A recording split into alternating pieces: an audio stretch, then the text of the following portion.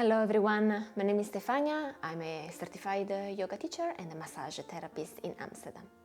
This video is dedicated to my clients coming for prenatal massage or similar treatments and to anyone who is somehow looking to easing up some hip pain or problems and to prepare maybe for labor. Or slippery, maybe just remove all those things and stay bare feet or maybe with some good socks. I suggest to have some support of sort, a table, a sturdy chair, a wall, just to check if the balance is in place here today. We start in what is called Warrior 2 during a yoga practice. So we step the right foot to the front and the left foot is going to be more or less on the same line but toward the back. Now the distance in between the feet is very individual, so if you are with me in person, I will help you out to discover which distance is better for you. If you are at home, then you need to kind of sort those things out for yourself. Suggestion: your front foot will be aligned with the front knee. So if the front knee is moving in, try to open it out. So the front knee, in this case the right one, if you are using the same side as me, is going to be more or less aligned with the right ankle. You start from there and you notice it's really hard because you start pulling toward your adductors or toward the groin or pelvic floor on the right side. Then shorten the distance in between your feet and try again if it works a bit better. If everything is fine, then separate a bit wider. The left foot is completely down on the floor, so the left heel is down on the floor, the toes are down on the floor, possibly opening the left foot to the 90-degree angle. So the front foot is facing straight to the front and the left foot is facing to the side, to the left side.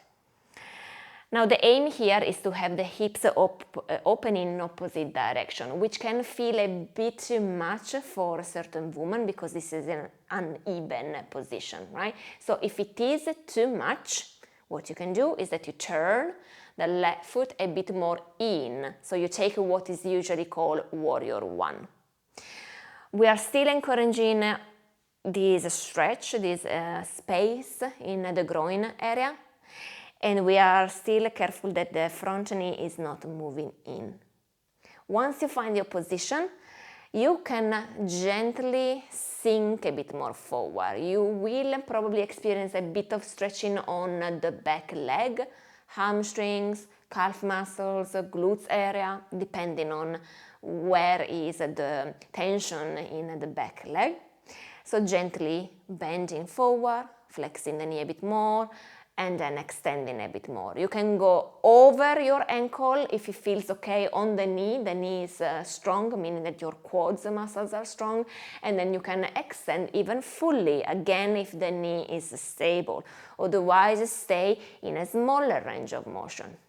If you also want to incorporate a bit of upper body and your arms specifically, you can open your arms on a T shape, palms facing wherever you like. You can also rotate them if you like to have a bit of mobility in the shoulders, that's fine as well. Ideally, in Warrior 2, for instance, we look toward the front. This is to stretch a bit the muscles on one side, and then when you change the legs, you will stretch the other side of your neck. But if it doesn't work on your neck, just find a position that works here. Let's come back to the center, parallel your feet toward each other, and then we turn on the other side. So you will have now the left foot facing toward the back or toward the other side, bending the left knee ideally on top of your left ankle, and then the right foot is on the floor, again choosing the distance in between your feet, which can be different from the previous side, because it depends on your legs and on your hips position. Maybe there is more capacity on one side, then challenge yourself a bit more, or you need to shorten the distance in between. Once you find your position, again, if you feel like you can do a bit more, then sink forward and then extend. Sink forward and extend. Again, mindful that your front knee is not moving inward. Try to keep it out. If you want to add your arms, Then extend your arms. If you do so, careful that your shoulders are down, away from your ears. So yes, the arms are engaged, but the shoulders are down and relaxed. If you want to incorporate your breathing pattern, then exhaling when you move forward, inhale as you move up, exhaling forward, inhale, up, exhale, inhale, exhale, last one, inhale, and exhale. And let's come back to the center, paralleling the feet toward each other. They don't have to be super wide, so just a bit wider than your hips. This time, the toes will face outward. The knees are rotating slightly so that they are also facing the same direction of your toes.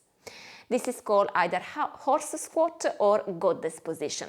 We bend the knees, maybe just a few centimeters, or we sink a bit more into the hips if groin area, adductors, the hip sockets are okay, there is no pain whatsoever. Careful here, I show you from the side. Avoid doing this or even moving forward like this. You can move forward if you need. Most likely if you move forward it's because you are pinching something in here into the hips, so you can't really move into this squat all the way down. So maybe squat a bit less and try to keep your back in a neutral position. The arms can be just relaxed in front of you, or you can rest them on your waist if you are not creating tension into the shoulders. So it's better to stay maybe a bit higher in terms of squat, maybe separating the feet wider rather than start doing this with your back. We don't need more of this flexion here because during pregnancy we are already quite often in this position, so really no need to exaggerate the position even more. You can stay into your squat or you can extend your legs up and then squatting down. So you keep it a bit more active for yourself. And again, if you want to use your arms, inhale. As you extend your legs, you extend also the arms over the head, and then exhaling, bending knees and arms in a cactus shape. Inhale up, exhale down, inhale, exhale, two more, exhale, last one, exhale. Coming up, closing one foot to the next to the other. Give a shake maybe to the standing legs. One variation of the squat would be a regular squat, or yogi squat sometimes called. However, for people who never squat, which is pretty common if you live in the West, then it might be a bit too much. I show you anyway because for some people it's relatively easy to go into squat position, and some women actually decide, even last minute, to give birth by squatting. So let's have a look. I suggest to have either a couple of yoga blocks or something similar that is pretty steady and can basically help you like as a support of your body weight. You can also go toward the wall and have the wall just behind you, or even better, if you are unsure, you would like to try having your partner, your best friend, someone that you trust and that is strong enough to help you into the squatting, because the partner will be just standing in front of you, holding your arms, and then help you to go down and then help you to lift up by using the body weight, especially by lifting up. So careful if you're using the wall behind you. If you're using the blocks, your feet are a bit wider than your hips, toes facing out, and then you start squatting down. If you notice that that's it, you can't go any lower, stick with the first squat that you have done with a wider stance. If you notice here everything is okay, then see if you can sit on the blocks.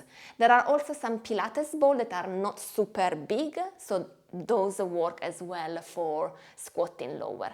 The Pilates balls that are a bit bigger, so you can't really squat so low, but still are pretty useful if you want to sit on them with the spine nice and straight, your knees either facing each other, parallel to each other, or maybe opening one leg to the outside and wiggle or swing into the ball. So you massage basically also the pelvic floor on the ball, and in the meantime you are working again on the hips mobility.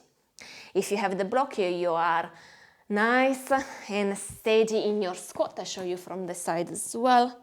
Then that's it. The aim here is to have a neutral position in the lower back, the shoulders away from the ears, the hands can just relax here on the knees. For some others, they prefer having a namaste position. You can choose, and then if it feels okay, you can stay here for maybe again 10 breaths or 1-2 minutes just to have this openness in the groin. Just making sure that if you're using blocks, it feels also okay for the pressure that you might experience if the head of the baby is already quite low. Very careful when you want to come up, so if you have something in front of you, that might be a good help to press, lean forward and then coming up. Just remember, if you're using something that is something stable, so like a small and light chair, not good. Last two exercises or positions are down on the floor. Maybe get comfy on a nice carpet or a pillow. This is called butterfly or Baddha Konasana, seated bowed angle in the yoga world. So when you sit down on the floor, your knees are together and then you start separating the knees to the outside and your feet come closer to each other or even touching. I suggest you to sit on something like a bolster or a cushion, but don't sit and sink back. So sit on the very edge of your pillow. What I mean is that if you just sit in the middle of the pillow and then you roll back, see, like this, it doesn't really help you that much and might actually feel painful toward the tailbone. So try to have even 2-3 pillows, something that is a bit higher, and to sit toward the edge, because in this way it propels you forward. So it helps you into this shift of your hips. And even just that might feel like a good stretch happening already. So no need to do anything else rather than staying with your spine nice and tall. Your arms and hands can rest on your legs, and if the feeling of a stretch here is too much, definitely use something like, again, the yoga blocks or even just other pillows under your legs.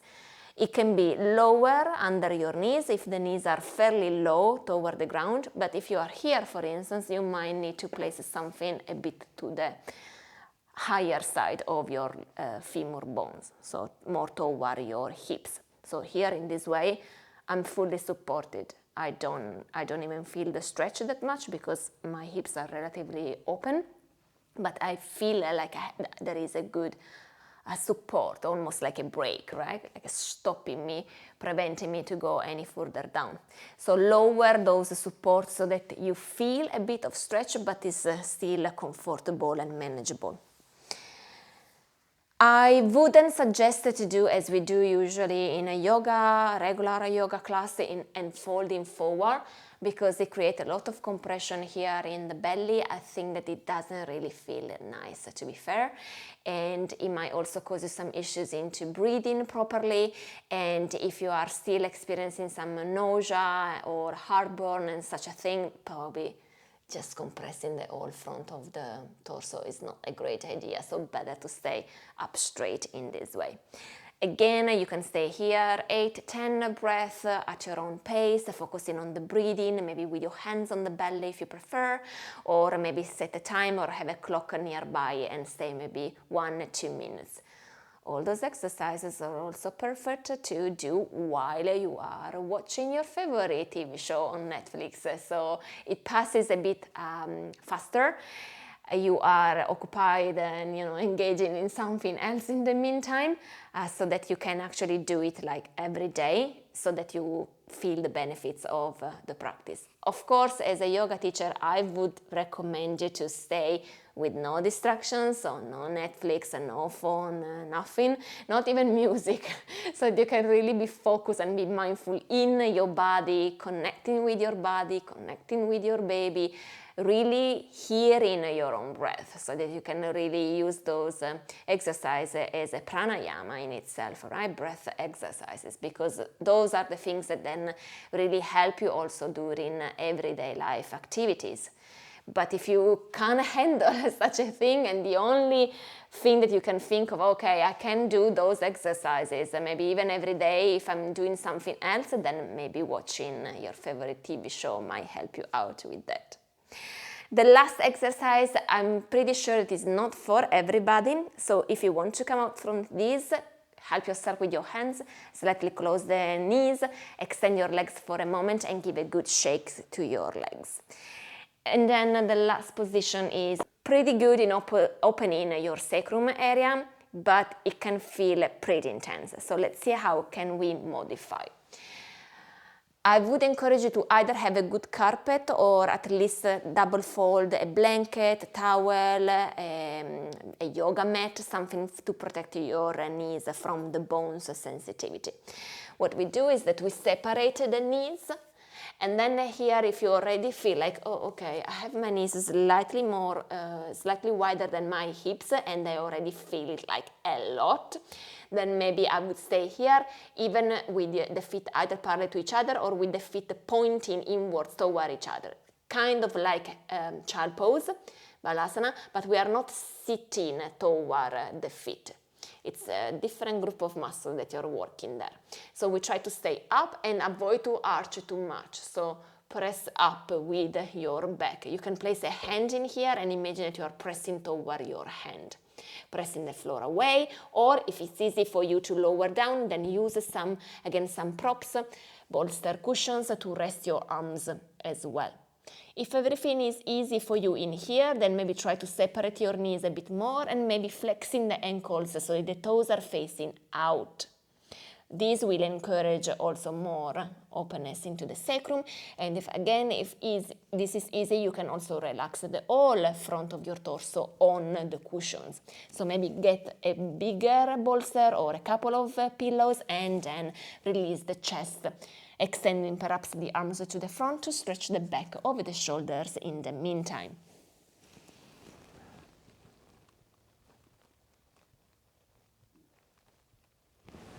Now, one thing, I come higher because otherwise the mic doesn't catch my voice.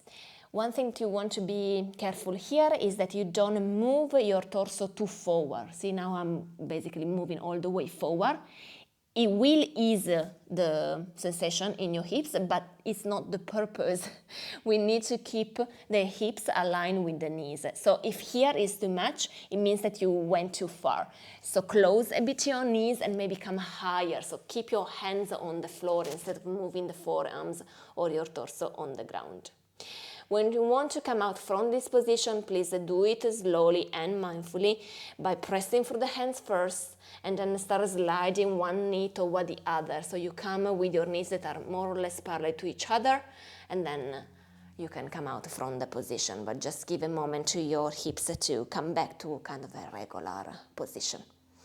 This position, again, it can be practiced for a longer period of time, so 1 minute or even 2 minutes, but if you are new to any of those positions, I definitely recommend to do it like in a very short session and get a bit more used to those positions, because if you start from 0 to hero, as we all know, it doesn't end well. If you have any questions, any feedback, please let me know in the comment section. If you are one of my clients, come in for a prenatal massage. I'm looking forward to see you again. As usual, take good care of yourself and keep practicing. I'll see you next time. Ciao!